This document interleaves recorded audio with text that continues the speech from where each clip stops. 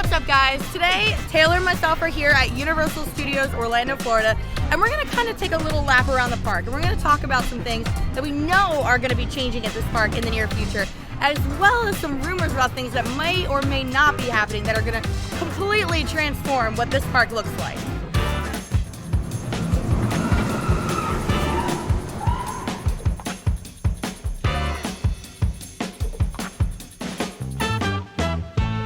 We're now here inside Universal Studios Florida in the new Minion Land on Illumination Avenue, and it's no secret that Universal Studios is a little bit of a mess. Islands of Adventure is an extremely tight park that has kept that cohesive idea from start to finish. Meanwhile, here at Universal Studios, they've turned that main street into Minions, and it fits with the Despicable Me and everything, but it's definitely shoehorned in here, and this is just kind of the general vibe that you get around the park is kind of a mishmash of everything, and so I think that that's why you're going to see more of an attention on Universal Studios within the next couple of years, especially once Epic Universe opens. They can come back to this park and really fix it up and kind of turn it into the park that they want it to be, which right now it's not quite there. So currently the, by far, biggest roller coaster at Universal Studios Florida is Hollywood Rip Ride Rocket. Now, that being said, it's not necessarily the best thing here. In fact, I don't think it's even close. This ride, while being very cool and innovative as far as having cool like soundtracks and everything on here, has taken quite a hit over the last few years. They removed every song off the regular menu except for one per genre of music, which shows that maybe there's a chance that they're starting to think this ride might not be it for us for this plot of land. Rumors have been flying for a while now, and it sounds like we could be seeing the removal of Hollywood Rip Ride Rocket as early as this year. Could be next year, could be the year after that. It makes a little more sense for them to wait until next year once Epic Universe is already open so they can focus their attention on this park. But I don't make the rules.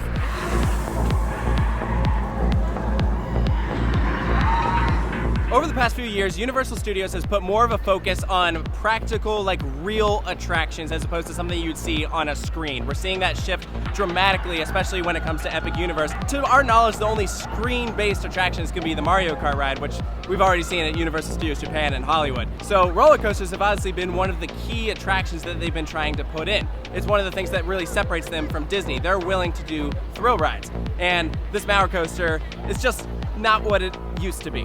I would argue it wasn't ever really something spectacular. It certainly has its fans, but it's also a little rough, and there are definitely better options out there. And one of the biggest challenges that they'll have to keep in mind is space. This ride is really shoehorned in here. Right in front of us, you can see the big plaza where they host a lot of concerts, especially during Mardi Gras. Very popular venue, they can't take it out. And then on the other side are a bunch of sound stages that they use for Halloween Horror Nights, which is their busiest time of year. So those can't go either. So it would take a very specific type of attraction to fit in that plot of land that is currently occupied by Rip Ride Rocket.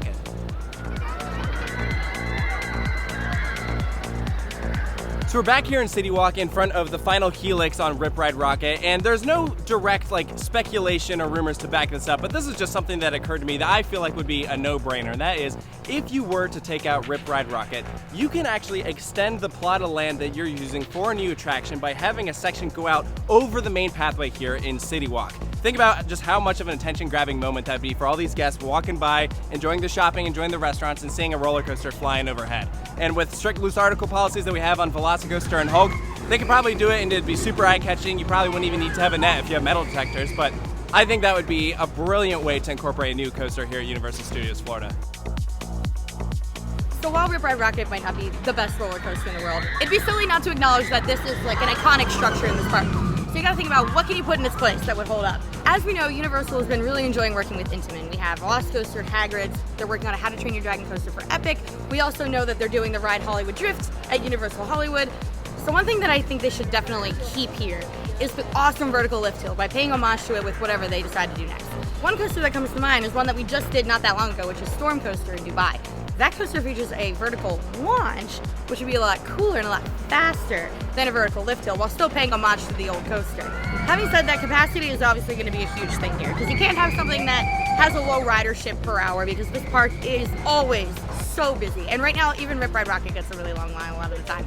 So they're gonna have to go with something that can run a lot of trains. Obviously, we don't know what it's gonna be. We don't even know when or if this thing really is going to be taken out. But whatever it is, I really hope they go with a cool original theme. As much as they are part of the Minion Land here, I'd love to see something cool like how Starfall Racers isn't tied to any specific IP. It just is.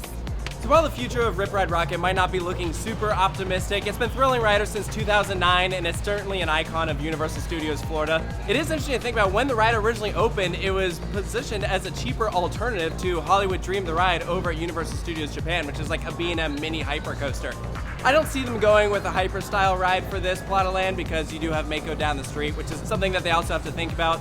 And you know, I would of course love something like Flying Dinosaur, but again, with Manta just right down the street, I just don't see it happening. But I think that there's a lot of good options that they could go with. A lot of the things that we've talked about has just been speculation on our part, but you know, this is definitely something to keep an eye on. Get your rides in on Rip Ride Rockit while you can, and I'm sure we'll be seeing an announcement at some point.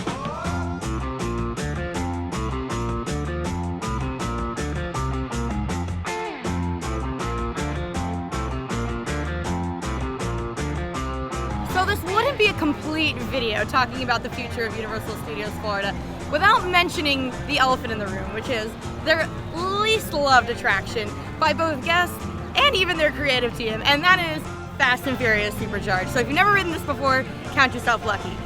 If you have, you know why. This ride is not good by any measure of what Universal is capable of and what they've proven time and time again that they want to do with their future. So we don't have any like concrete or credible rumors that this is like definitively going to be taken out anytime soon. However, one of the top creative people at Universal even cited that this was like his biggest regret as far as attractions that have been put into this park, or any of them for that matter. So I think it's pretty feasible to say that this thing has a very limited amount of time left in this park, and to that I say, yes! Let's talk about something that will be this year, and that is 2 new attractions for Universal Studios Florida with a new nighttime spectacular and a new parade, featuring Universal's classic franchises such as Jaws, Back to the Future, Ghostbusters. They've been without a nighttime spectacular for several years now. Their cinematic celebration was okay, it was fine. It used fountains and they projected on the water, and it was cool and all, but it wasn't like a signature show. And how do you have a huge Orlando park that gets the attendance like Universal Studios Florida without a nighttime spectacular? So from what we've heard, they've been fast tracking this. You can actually see some guys out there on the lagoon working on it as we speak. And rumor has it that it's going to incorporate drones, which should be really, really cool. I'm excited about it. And a new parade is also a welcome change. You know, they do great parades here with Mardi Gras. I'm excited to see what they come up with some of Universal's most beloved franchises. So right behind me is the former home of Fear Factor Live, which has not been a show in several years. So for 10 months out of the year, this thing sits totally vacant, and for 2 months, it is used for the incredible show at Halloween Horror Nights called Nightmare Fuel.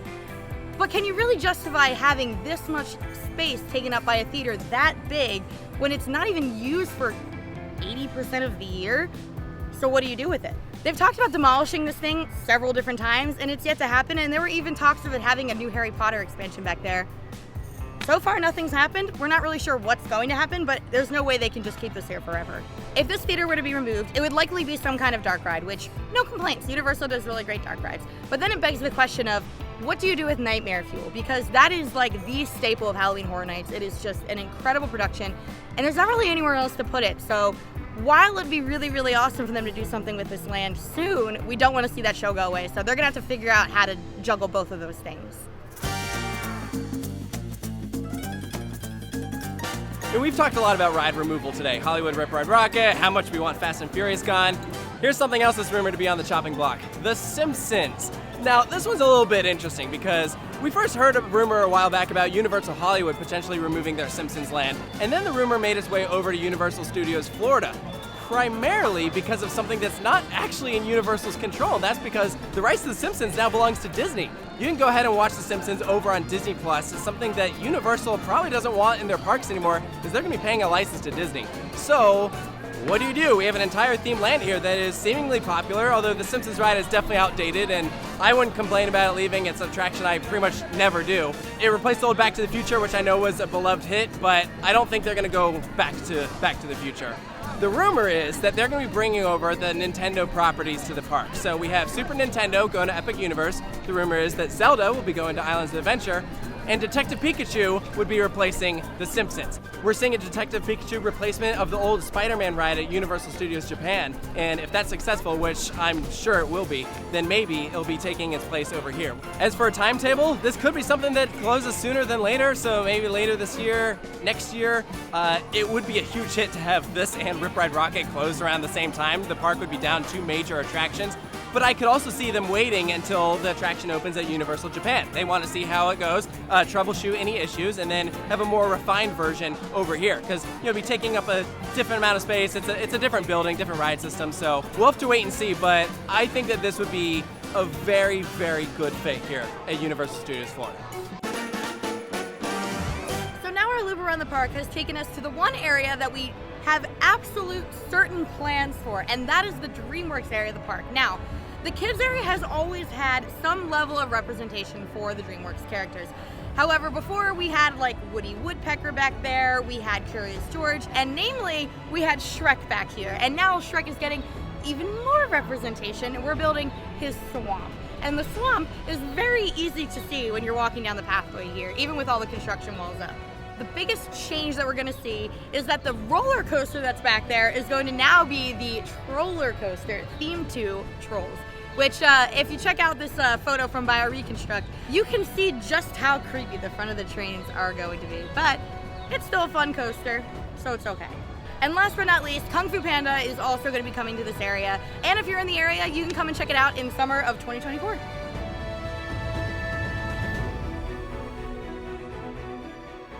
And finally, right next door, we have ETs Adventure, which is a true classic and actually something that's been up for debate of, do you close it, do you renovate it? And it seems like, lucky for us, the attraction is here to stay. However, the placement of it is a little strange considering the proximity to Shrek's new swamp. So supposedly they're going to reroute the entrance here, and the exit is going to become the entrance, just because right now it is just shoehorned in there, and it's like very, very bizarre placement. So it does make sense to just like modify the entrance to it. So that's going to do it for our little show around Universal Studios Florida. Now, we talked about a lot of stuff, and while there's some legitimacy to everything that we said, everything should be taken with a grain of salt because things change all the time. Stay tuned to see what actually happens, but I think it's safe to say that this park is going to look very different in a couple of years with all the changes that are for sure coming and all the ones that might come. So make sure to stay tuned for more coverage of all the stuff coming to Universal Studios Florida here at Coaster Studios, and we'll see you next time.